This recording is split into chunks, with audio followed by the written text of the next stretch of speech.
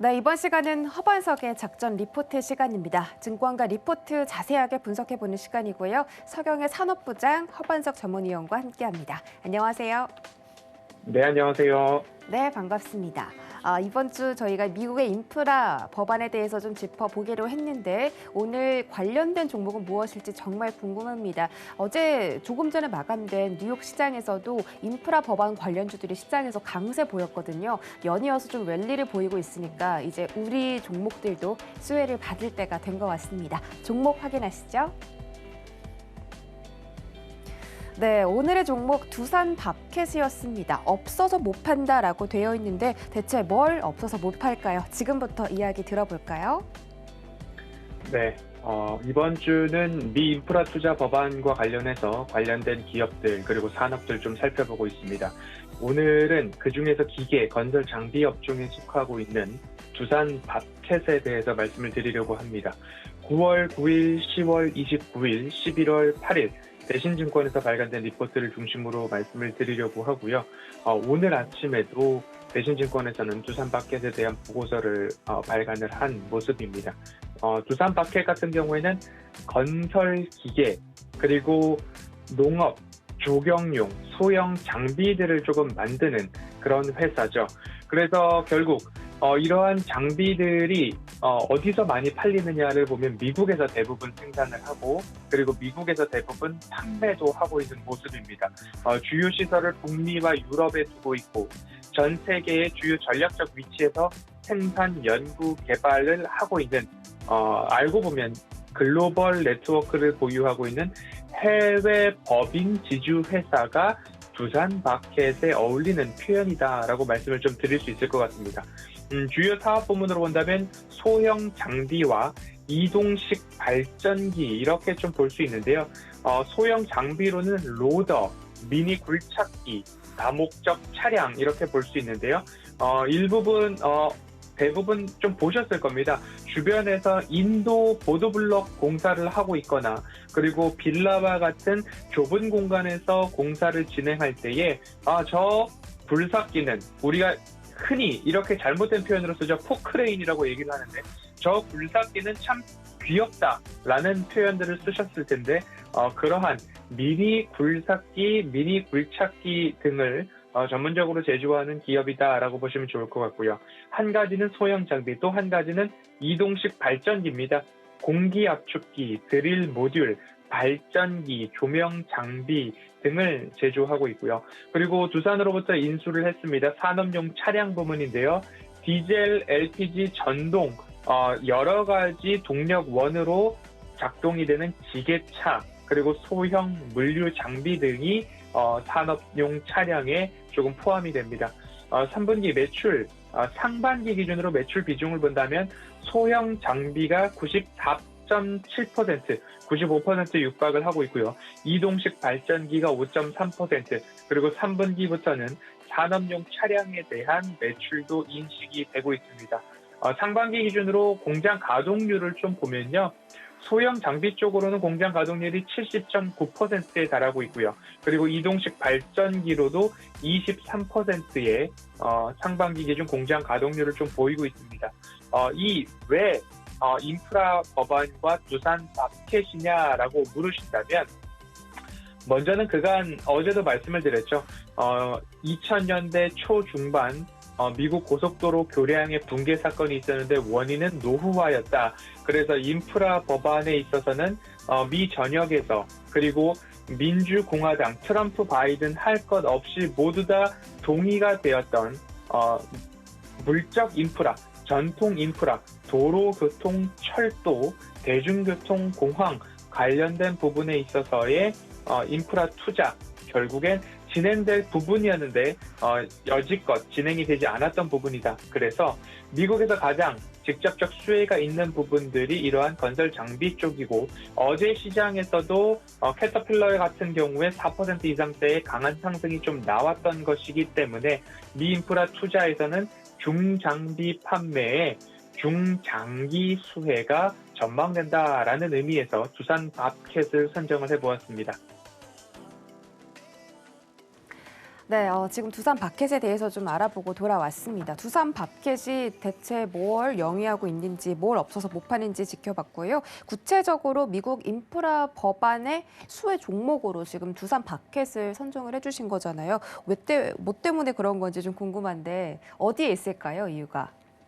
네, 앞서서 말씀드렸듯이 도로 교량의 노후화 때문에 미 인프라 법안에 있어서는 트럼프, 바이든, 민주공화당 모두 다 이미 합의를 했던 그러한 화제였죠.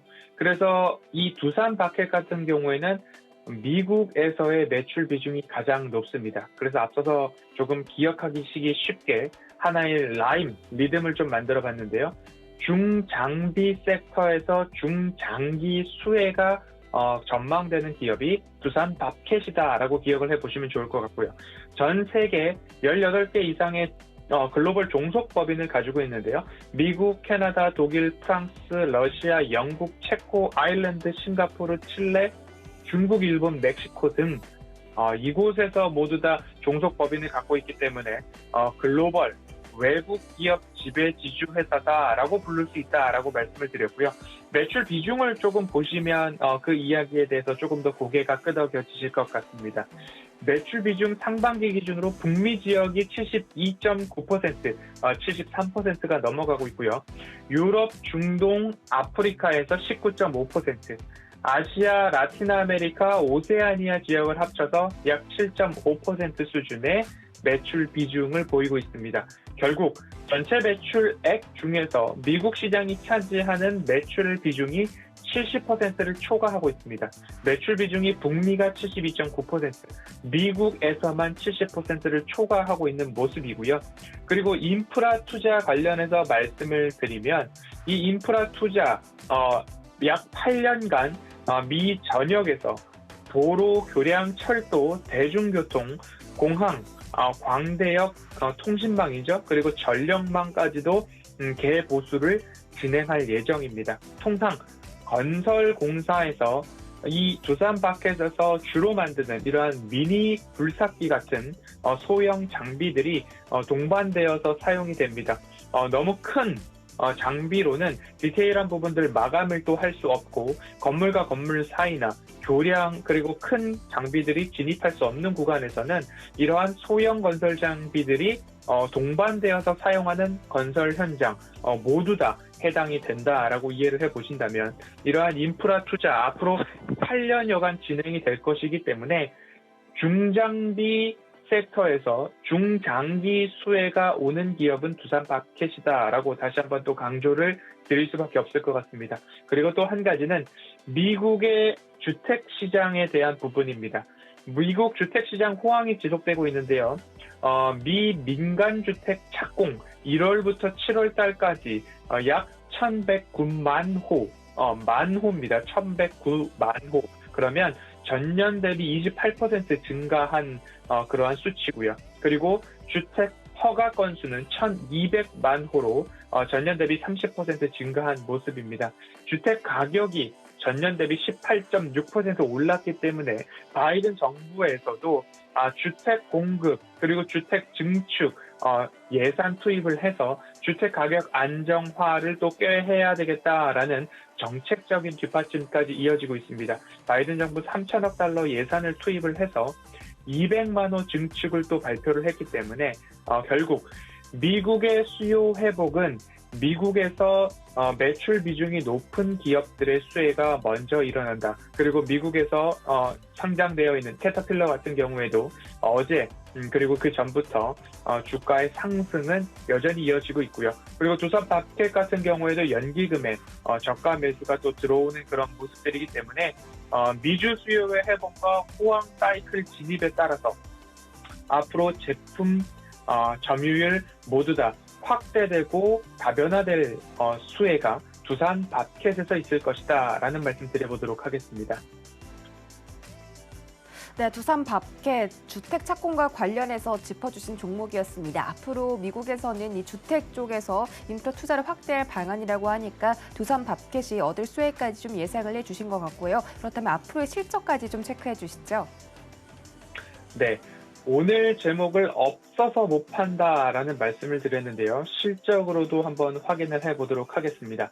3분기 실적 같은 경우에는 매출액 1조 5,400억 원으로 전년 동기 대비 42% 성장을 했습니다.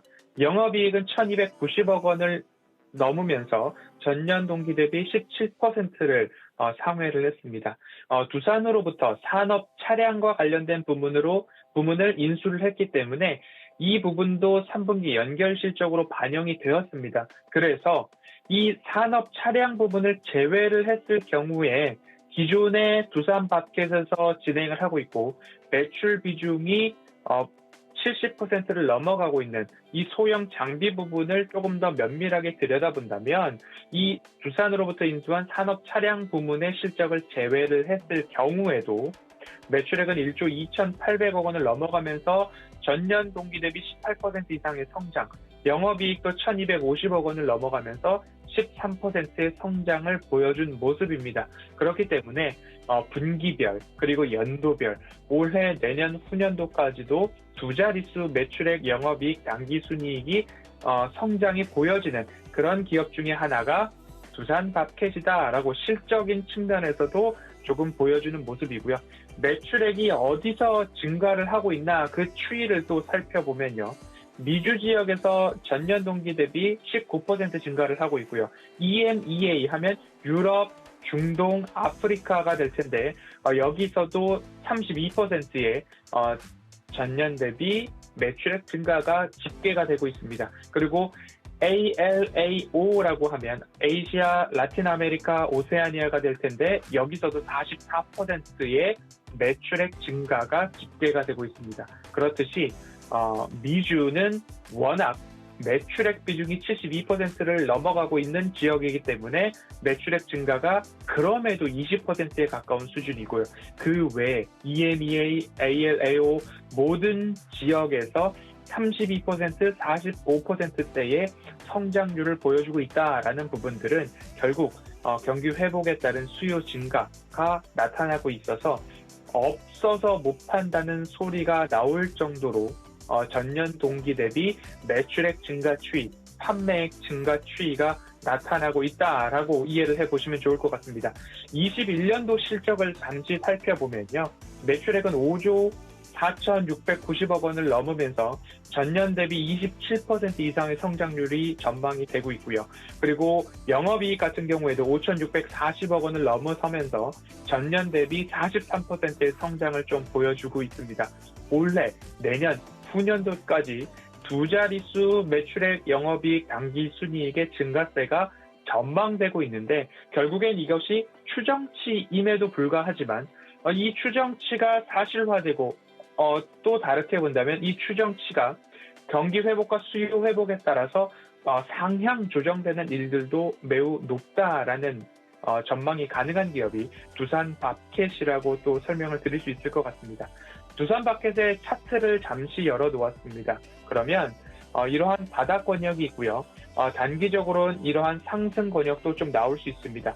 오랫동안 이 박스권에서 움직임이 나왔고 이 상단과 하단을 번갈아 가면서 오랫동안 보였던 그런 두산마켓의 모습입니다. 그런데 이 두산마켓의 차트 흐름들을 길게 열어놓고 다시 본다면 오히려 이 상단 부분으로 오랫동안 작용했던 그 곳이 돌파가 된 이후에는 새로운 지지 라인으로 작용이 가능하지 않을까라는 생각이 드는 최근 두산마켓의 모습이고요. 지금까지의 상승은 워낙 좋은 흐름 속에서의 슈팅, 기대감의 슈팅이었다면 최근 조정 이후에 다시 한번 수렴되어 있는 이 구간들, 제가 말씀드릴 때에 차트상 저위험 구간, 이 추세선을 보았을 때에는 새로이 추세선과 맞닿아 있는 구간이 최근의 모습이 아닐까라는 생각이 들어가는 그런 차트의 모습이고요.